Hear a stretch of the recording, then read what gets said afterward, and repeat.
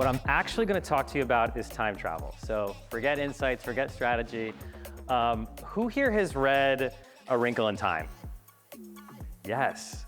So great kids book, also great for adults. But there is this concept in the book that I love of a tesseract, right? So it's a mathematical concept, but in the book it's used to time travel.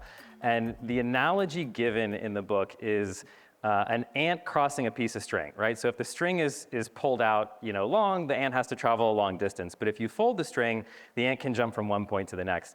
And I love this visualization because I think that AI is at its best when you can use it to really fold time, when you can do things that, like the last person said, would take days, weeks, months in seconds, right? I think the problem is that there's so many cool AI demos out there, right? They come out every single day or every single week, and then you go to ChatGPT and you try to have it do your job for you and it doesn't do it. And so the question is, like, how do you actually get to that amazing outcome? And I think part of the problem is that we have these expectations of what these foundation models can do, that I could just go to ChatGPT and have it, automate my entire job, and the reality is it's not there yet.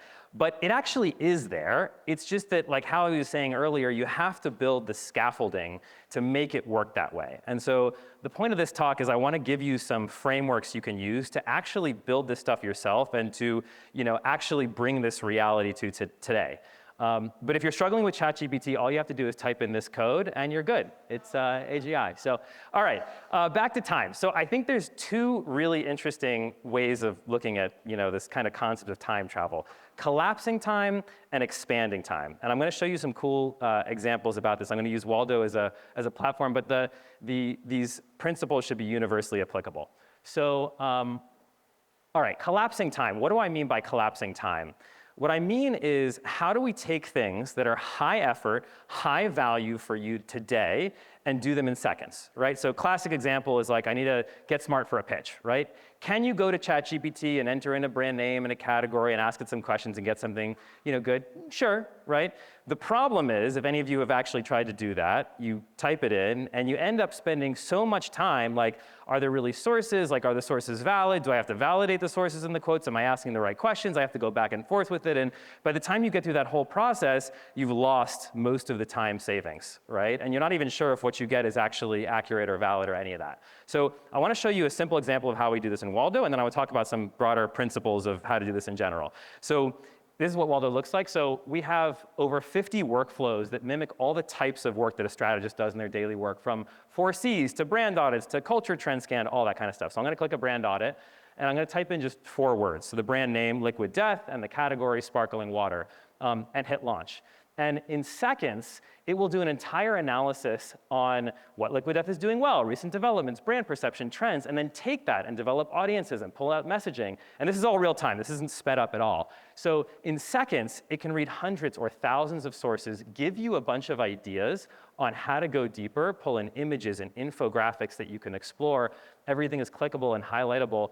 And like some previous demos here, I think I am a big believer in Chatbox second, GUI first. And so you can actually click and explore stuff here and go deeper in seconds. Now, one, I think, philosophical interesting point is, if any of you saw the OpenAI operator demo or any of this kind of stuff, I think their view of the future is you're going to have this agent that's going to go off and just do your stuff and come back 30 minutes or an hour later. I don't think that that's the future that we're actually driving towards. I think that what we will see, I think a much more productive way of working with these AIs is treating it like a peer, a partner, right? Like someone sitting at your desk.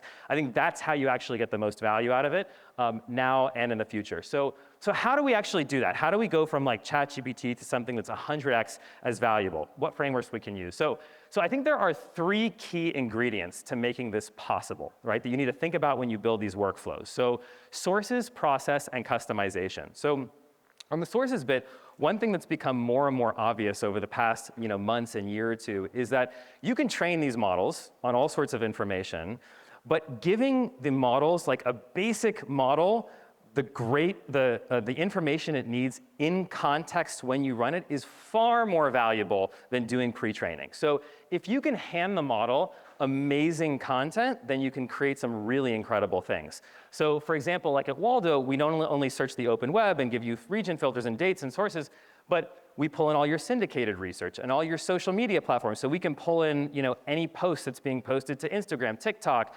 Twitter, X, Reddit. And so, you can pull in live sentiment into this analysis tool. And same with ads. We can pull all the creative that your competitors are spending on Facebook and look at the images as part of a workflow and say, oh, they all have small dogs in them. There's a white space opportunity there. So, you need to think about what matters to you, but, what are the key sources you can include in that workflow?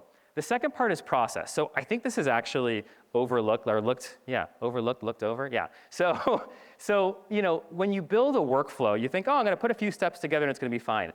But in reality, you need to think about these things as how would you do it yourself, right? So we have some amazing strategists on the team, and we basically mapped out, this is an example of the creative brief process. So each step in the process, exactly what needs to happen in that step. What sources do you need? What questions you need to ask? What logic should be passed from one to the next?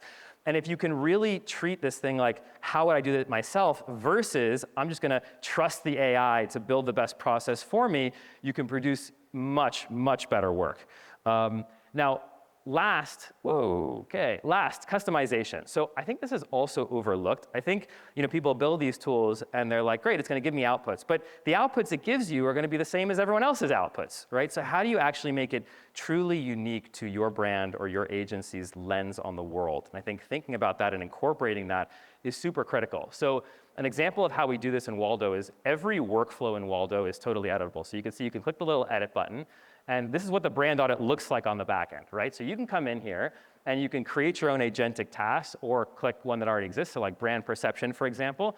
And if this matters to you as an agency, you can come in here and you can change exactly what searches it's doing, exactly what questions it thinks about when it does the research, what sources and date ranges it uses, what inputs, does it using, social media posts or files or, ads or all that kind of stuff. And so, what you can do here is think about like, okay, what do I care about from a perception standpoint? What is my unique lens? And build something really unique as part of that flow. All right, so the other framing that I think is really interesting here is expanding time. So if collapsing time is about taking high value, high effort work that you do today and getting it done in seconds, expanding time is about raising the ceiling, right? So what would you do if you had 10 or 100x as much time to do a certain task, right? And I think this is a really interesting way of framing as you kind of start to think about building these flows. So this is a neat example one of our clients built. It's a product innovation agency, but it's a research jumpstart workflow. So we're gonna use video games as the example. And I just wanna show you, first of all, on the top left, we show like, this ran in 4 minutes and saved about 500 hours of effective human time, right? And you can see all of the research it did on the left. But essentially what it did is it did a ton of work on competitors and trends, thousands of sources. And then it used all of that research to build, some tables, for example, and other things around ranking trends against each other, making it relevant for the brand. And you can see from the citation numbers, this is over 1,000 sources.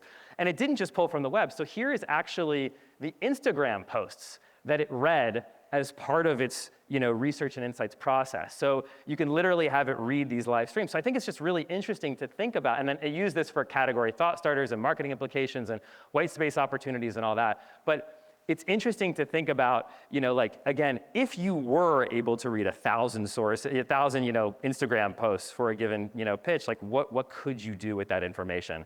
And here's just one, other last kind of simple example, but this is a belief breaker workflow. So this agency built, they looked at, the status quo, weaknesses to strengths, true opposites. So you can build these strategy frameworks and then pair that with amazing sources. And in this case, unusual problems Grand Theft Auto can help with, improving urban planning skills through city exploration. Or I love this one, developing negotiation skills in multiplayer modes. So there's just some really, really cool stuff you can do if you had the time to do it. And so anyway, that's the thought I want to leave you with, which is I think that what we have found is that creativity is most constrained not by talent, but by time. And I think if you think about these things in that type of equation, I think you can build some really cool stuff. So anyway, come find me afterwards. I can show you some more cool stuff. Thank you very much.